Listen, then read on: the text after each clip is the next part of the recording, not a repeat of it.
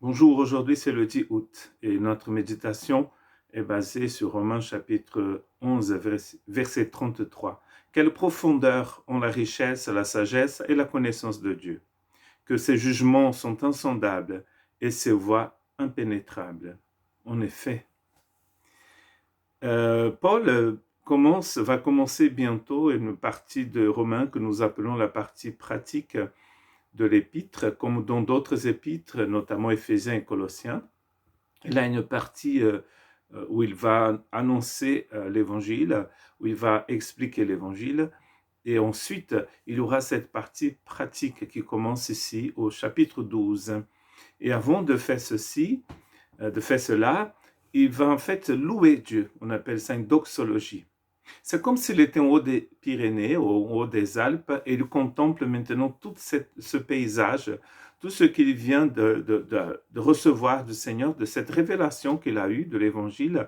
Et donc, avant de passer à l'étape suivante, il reconnaît la grandeur du Seigneur.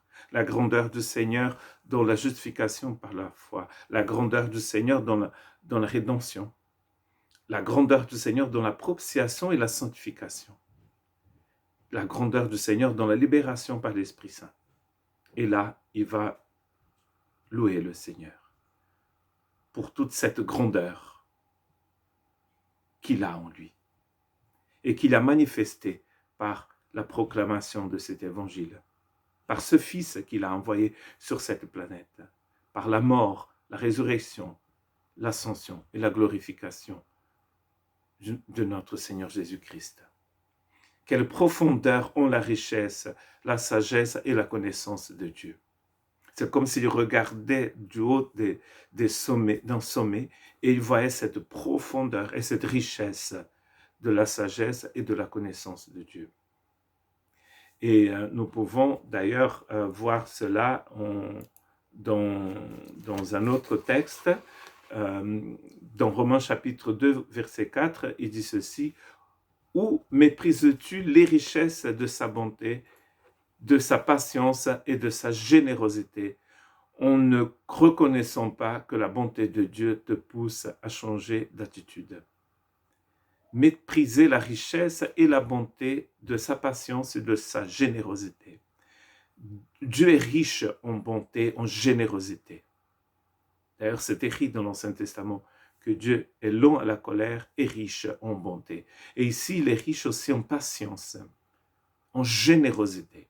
Dieu est généreux. Donc, il a reconnu cela dans Romains chapitre 2, verset 4. Aussi dans Romains, dans le chapitre 9, verset 23, il dit ici: « Et que dire s'il a voulu faire connaître la richesse de sa gloire envers des vases de compassion. » La richesse de sa gloire qu'il a voulu nous faire connaître.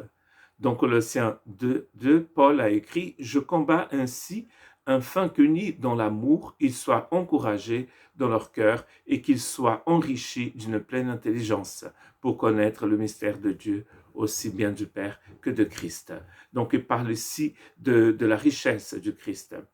Dans Éphésiens, il va parler aussi de cette richesse du Christ et de la grande bonté qu'il a eue pour nous en manifestant cette richesse. Nous pensons que cette doxologie de Paul dans Romains chapitre 11, c'est un écho de ce qu'il dit Ésaïe dans le chapitre 55 et le verset 8. « En effet, vos pensées ne sont pas mes pensées, et mes voix ne sont pas vos voix, déclare l'Éternel. » Car ici, Paul parle de la pensée et de la voix de Dieu. La voix de Dieu, c'est sa justice. C'est sa façon de vivre, de marcher. C'est la manifestation de toute sa pensée. Dieu est un Dieu de justice. Dieu est un Dieu qui fait les choses toujours de la même manière et c'est toujours d'une manière droite. Il a une grande connaissance, il connaît tout, il sait tout. Il n'est pas limité ni par le passé, ni par le présent, ni par le futur. Et Paul va louer cette grandeur divine en pensant à ce qu'il vient de proclamer de la part de Dieu. Je vous rappelle qu'il commence cet épître en disant L'Évangile parle de Jésus-Christ, fils de David selon la chair et déclaré fils de Dieu par la résurrection d'entre les morts.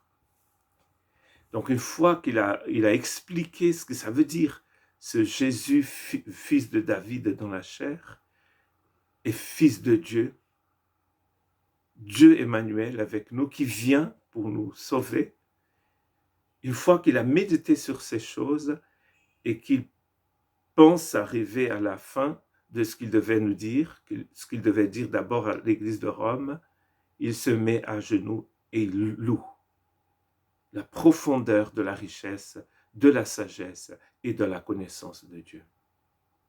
Que Dieu nous bénisse à comprendre la grandeur de la grâce de Dieu et que tous les jours de notre vie, soit que chaque jour de notre vie d'ailleurs, soit un instant de louange, d'adoration pour l'œuvre sublime d'un Dieu qui sait tout, qui peut tout et qui est tout pour nous. Que Dieu nous bénisse tous aujourd'hui. Nous en avons tellement besoin.